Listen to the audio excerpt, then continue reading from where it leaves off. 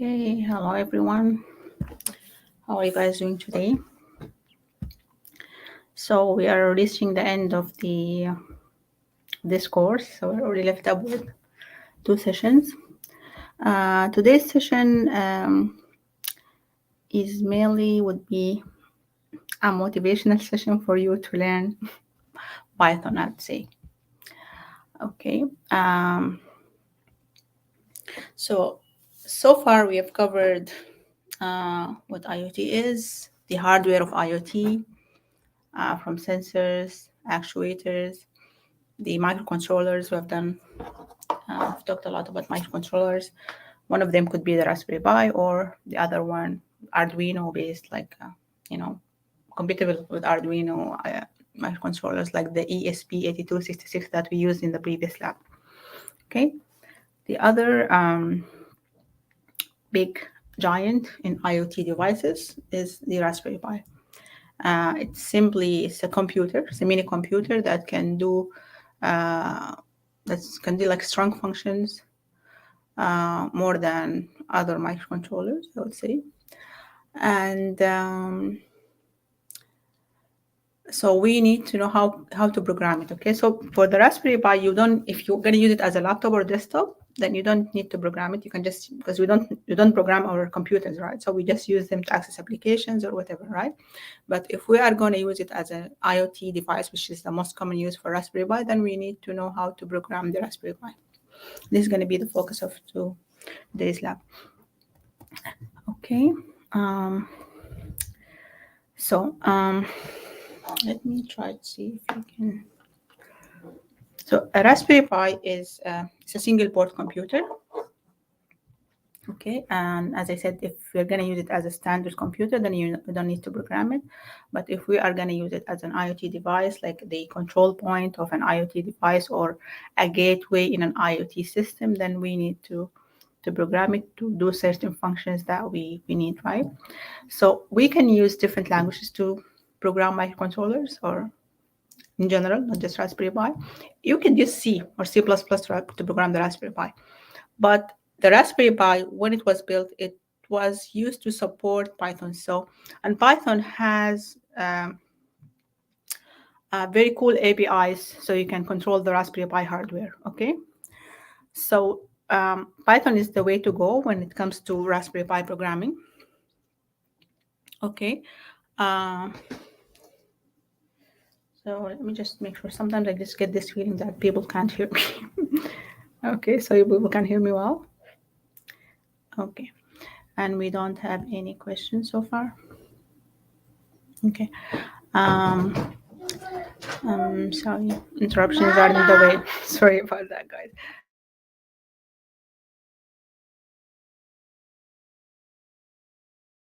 Just 1 second.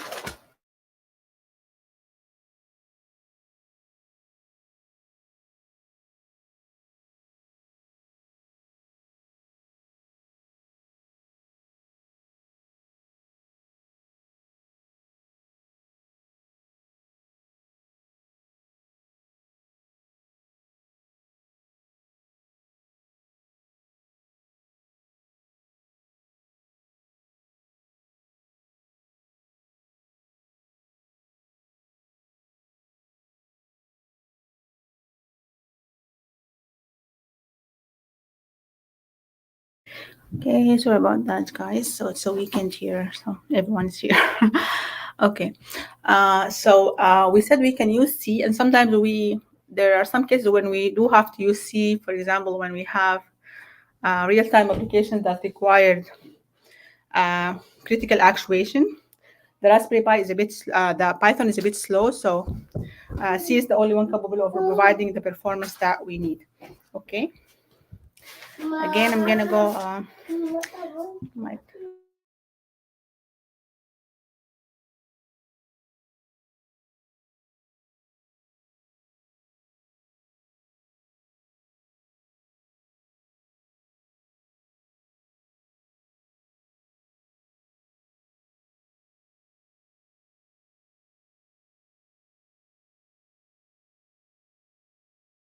Give me 2 minutes to change my place, please.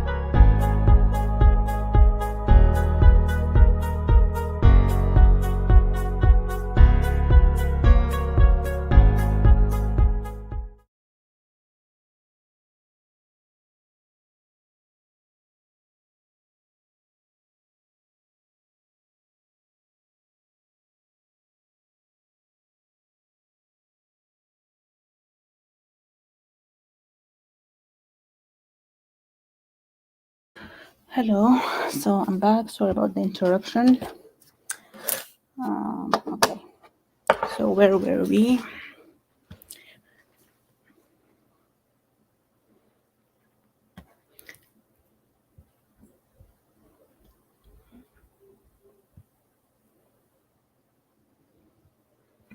Okay, so we talked about Raspberry Pi being the optimum programming language for the Raspberry Pi because it has been like designed in such a way that the APIs of the Python are the best to control the hardware. But in sometimes we find ourselves in a position where we need to use C to program the Raspberry Pi. Within the, like, I guess within the applications that you guys are going to be building, unless you are building a very critical application or something that has to do with industrial automation where actuation has to happen within a fraction of seconds, then the Raspberry Pi is okay. The Raspberry Pi, as we said, it's slow because it's an interpreted language, not compiled, where compiled language are much faster. But in some cases, we do have to use C with the Raspberry Pi. Okay, so let's check everything is okay. Okay, so how do we access Raspberry Python from the Raspberry Pi? So Python is already installed in Raspberry Pi. You don't have to worry about installing it yourself. You can install a text editor where it makes like or a nice IDE where you can debug your code and stuff. So we have within the Raspberry Pi there is already a built-in IDE for Python.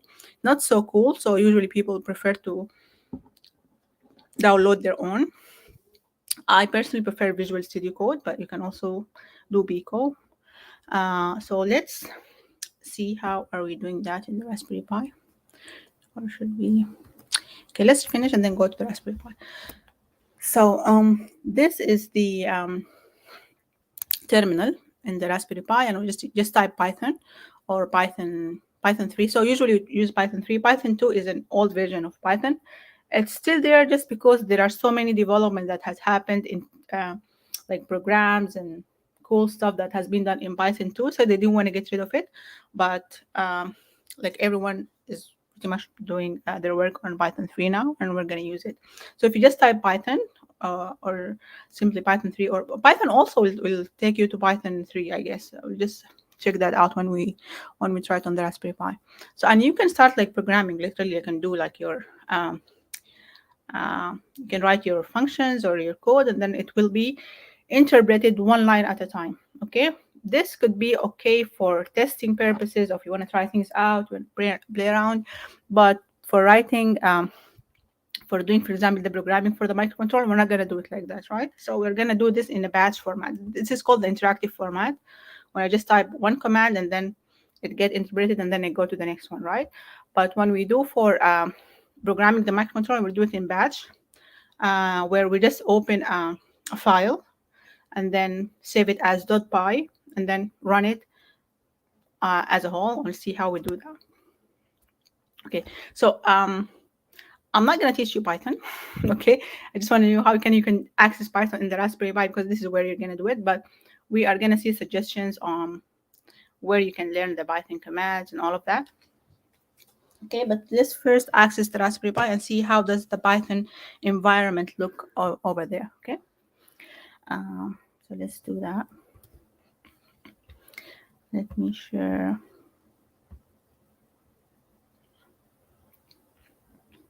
So right now you can only see the slides, right? So I'm going to stop sharing this and then share.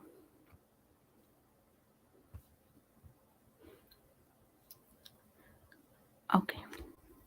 So this is the Raspberry Pi. Remember last time, you guys, we had an issue with the Raspberry Pi, right? So let me go back to how did I reach here. So it literally worked after we finished the session. So let me just show you what we did, just as a refresher to how can you access the Raspberry Pi through a VNC viewer. Of course, you can save yourself all this hassle if you have an HDMI cable. Okay, let me see if you guys can see the Raspberry Pi from here. So here's a place for an HDMI cable. Okay, here. So you can just plug it and have a monitor. Or you can access from your laptop as well. If your laptop has supports HDMI, I guess it should. And you don't have to do this VNC trick, but I don't have an HDMI cable, so I'm doing it. Okay. Okay, so let me share with you the file that we have to put in the card.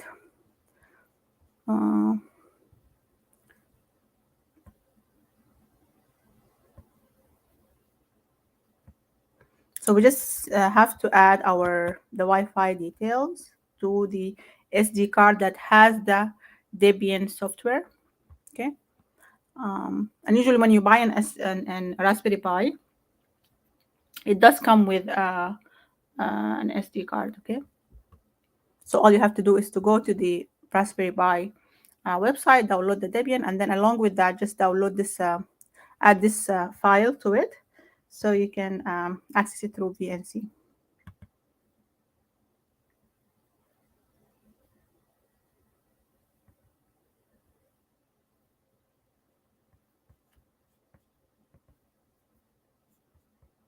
Okay.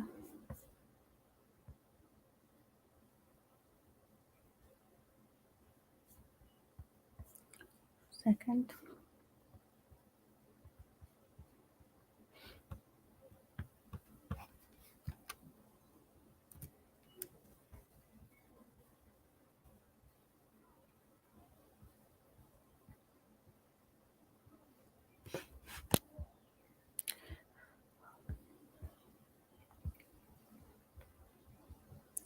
You guys can see the Raspberry Pi desktop, right?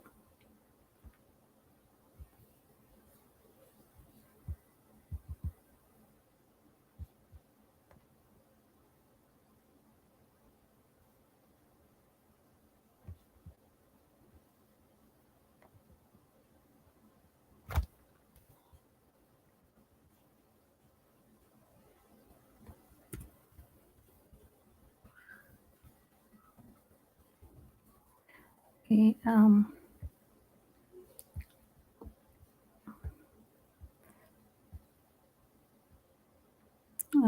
I have to stop the screen and then share the Word file window.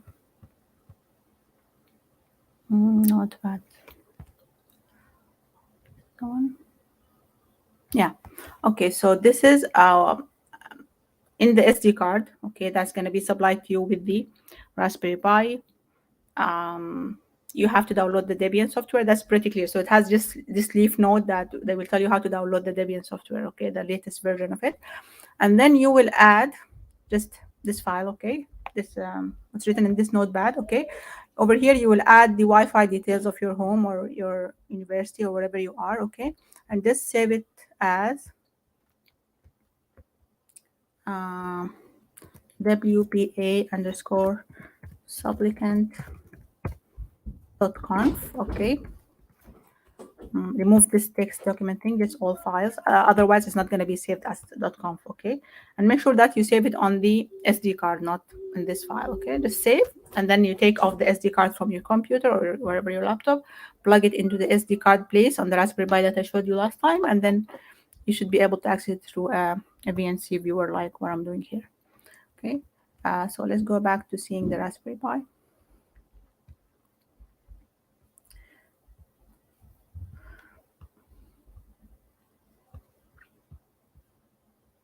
Okay. So now you can see the Raspberry Pi, right? So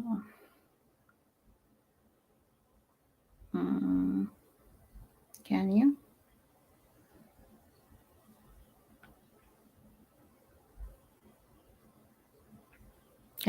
Can the admins please confirm that they can see the Raspberry Pi desktop? Okay, great. Okay, so this is how a Raspberry Pi looks like. I always like to look at the Raspberry Pi. Looks like a full-fledged computer, right? So I mean, like if we didn't have the phones, because like everything I could do on the Raspberry Pi, pretty much I can do on my phone. But like someone could use it as their own laptop, you know. Just add a screen to it and you have it. Okay, so we want to see how can we access Python on the Raspberry Pi, right? So as I said, Python is already installed in the Raspberry Pi. You don't have to worry about installing it yourself. So I'm just gonna type Python. Yeah, it's gonna take me to Python. So, and it automatically updates to the uh, latest version. So the one I have it on my Windows is 3.7 because I download 3.7, but this one they just keeps and downloading the latest version. And so on Python 3 will do the same thing. Okay. Okay. So now you are inside the Python IDE. Okay. So if you type 3 plus 3, then like Python is doing. So this is like now you're programming in Python. So you can, for example, print the most famous sentence in programming.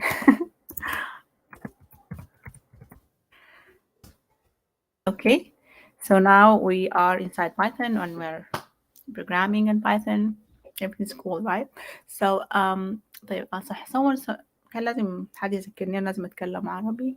اوكي طيب بس يعني I guess Python ما محتاج إنه صح يعني we are talking Python not Arabic or English. طيب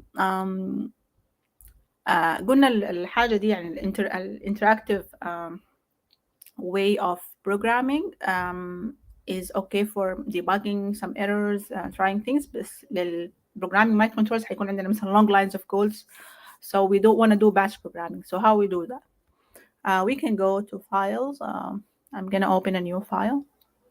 Okay, I'm gonna call it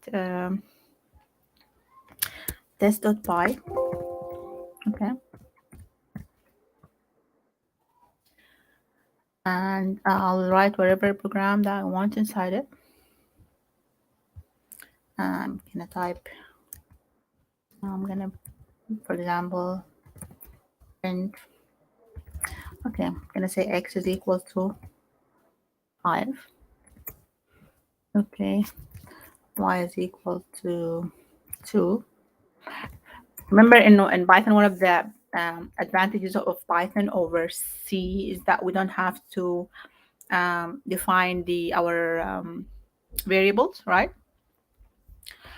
So I'm gonna print the following. Okay, I'm gonna print x plus y. Okay.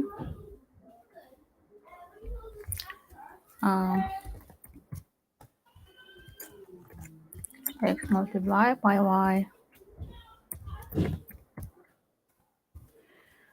X over y.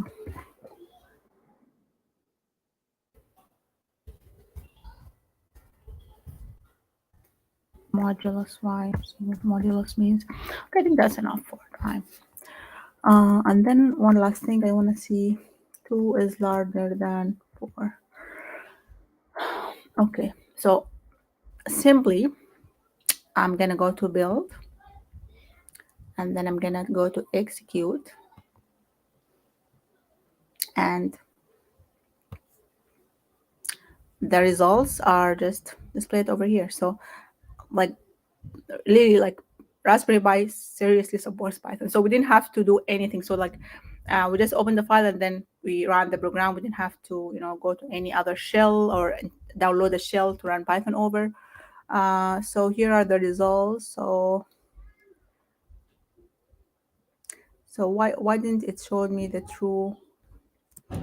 Because this is a Boolean expression, so I wanted to see whether, okay, I'm gonna type it here. 2 is larger than 4. False. Okay. So if we just want to read, like, go quickly over this, what's obvious. So so those are the basic algebraic operations: the addition, multiplication, division, and modulus. So modulus will give us like the remainder of the division. And the nice things about Python is also the Boolean operations in Python. Okay, so this is the Boolean expressions, right? So 2 is larger than 4. It's like a logical operation. So if it's true, if it's right, like this is correct, then we're gonna get true. If it's not, then we're gonna get false. And this is like a very nice feature of Python that we can like we use it for like loops or conditions. So when you start writing programs, you'll appreciate the easy Boolean structure of Python. So let's write a true expression here. So 4 is larger than 2, then it's gonna tell us that this is true. Okay, so I don't think we're gonna learn Python within the next half an hour. Okay, but you really need to learn Python, or in general you need to have a strong programming tool in your arsenal, so you could use it for IoT or machine learning or whatever, right? So I suggest you spend some time learning Python. Okay, we are going to be using it for the last lab when we do the project. Like we can like it makes it's going to make it easy for you to follow up what we're doing. Okay, and for the next lab we're going to use, I think, a mix of Python with Arduino. And I'm sorry I didn't have so much prepared for you today, but I think this is all what I wanted. So I want you to go and learn Python. I think I have few slides where yeah, the modules of, oh, you can see the, okay, let me share with you. I'm going to share with you some links for suggestions where you can learn Python from. So do we have any questions?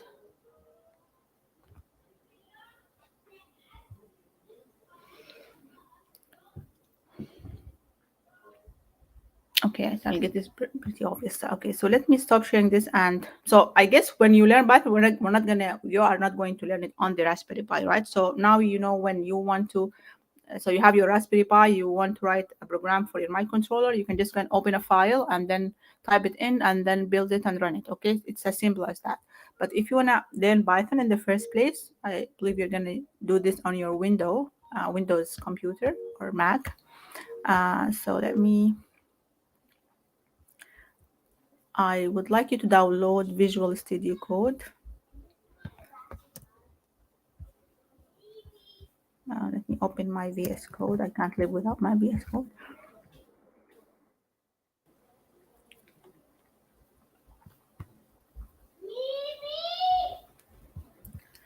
So let me share my screen.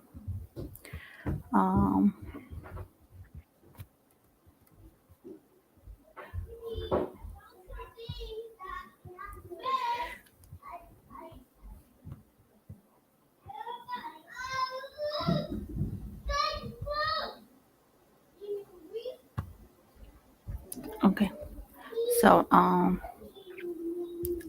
let me share my, no, not this one.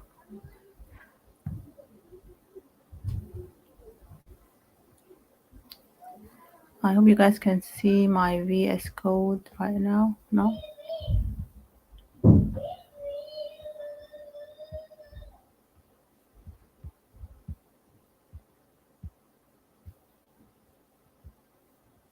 Okay. Okay, so this is VS Code. So it's like an IDE with a nice text editor. Okay. And you can easily download all the add-ons, extensions that you need. Okay. So if I want to download TensorFlow, so just from your IDE, you don't have to go anywhere else. Okay. I want to download, like, before going to TensorFlow, you need to download a linter to help you with your Python. So what you do is you download Python first. Okay. You go download Python from the Python website. Okay. Python 3 or the latest version of Python 3, and then you download the Visual Studio Code from VS Code, code.vscode.com. So I'm going to share this on the command. Okay.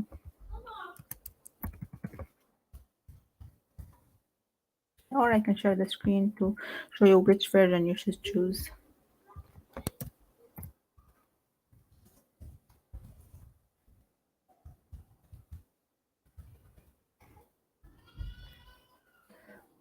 Okay. So let me just see like a show of hands. Who is currently using Visual Studio Code?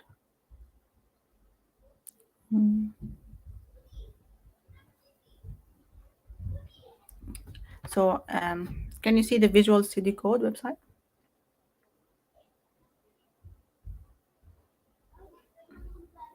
Can you see the VS Code?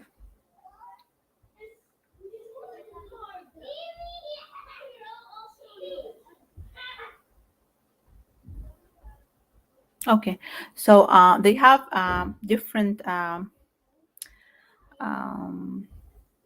like for different programming environments. So they have it for Windows, but we for if you're using Windows, you're gonna download the Windows one. But for other platforms, we can download it for the Raspberry Pi. By the way, so they have a Debian one.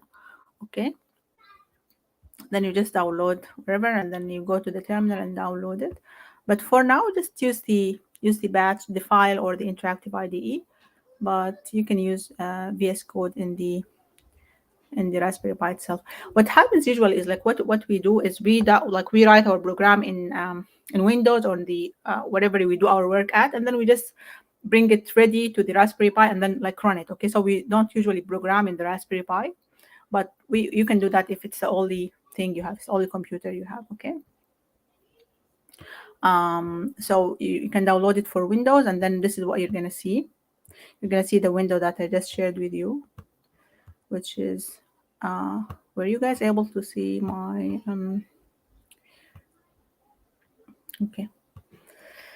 okay, so you need to download the linter. A linter will simply help you debug your code. Okay, it's like a debugger, so like pylint or byland. So it's also uh, I've already have them downloaded. Okay, and linter is already downloaded, so you probably need to download those two for debugging your code. So what I want you to do over this week is to, if you don't already know Python, go and get yourself familiar with Python. Okay, might need more than a week to learn language, but just like spend some time on it so you could follow or make the best out of the next two labs. Okay, so we're next time we don't have a lab. We have a lecture on the connectivity. Okay, networking. So now you have 2 weeks to learn Python, so you could follow up with the project better. And also, if you're working on any projects, please come up with your questions so we can answer them live. And yeah, so I think that's all for me now. So the message you need to take away is to learn Python. Please just spend some time on it. Even if it's the first time you're doing it, you can like reach a good level by the next 2 weeks. So you can make the best out of the upcoming sessions. Okay. So let me look at some questions. Okay. Yeah. So we don't have any questions. So the admins have thankfully shared with you the link for Visual Studio Code.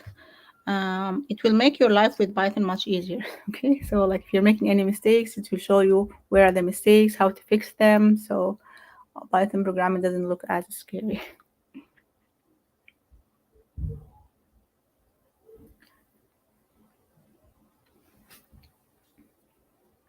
So if you have any questions, so I don't have anything to say anymore, but I can stay for a while if someone have questions regarding IoT or not related to IoT.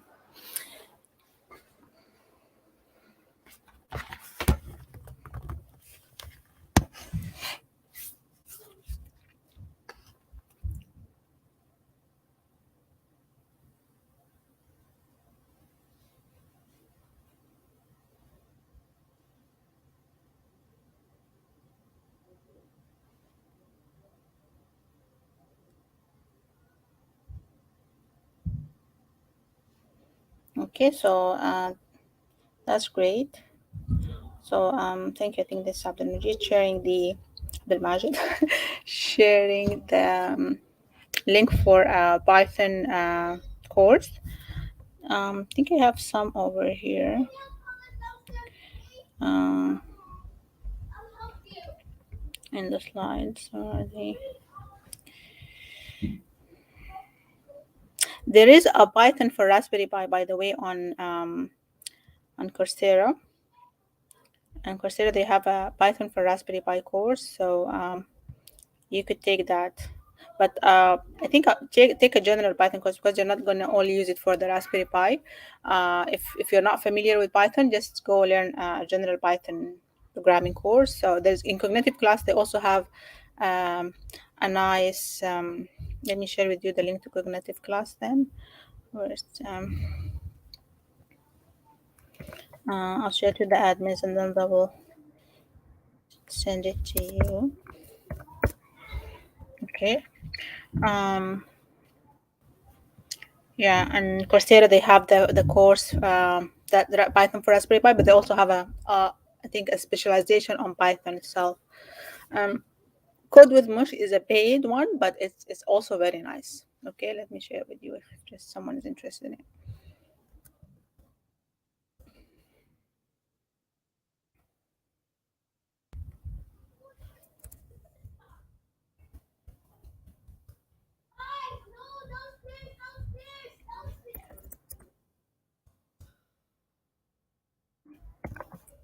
Um,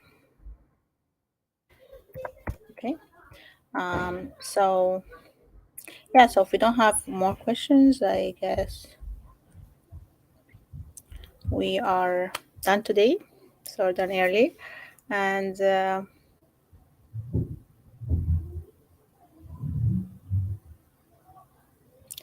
I'll see you on the next lecture on networking.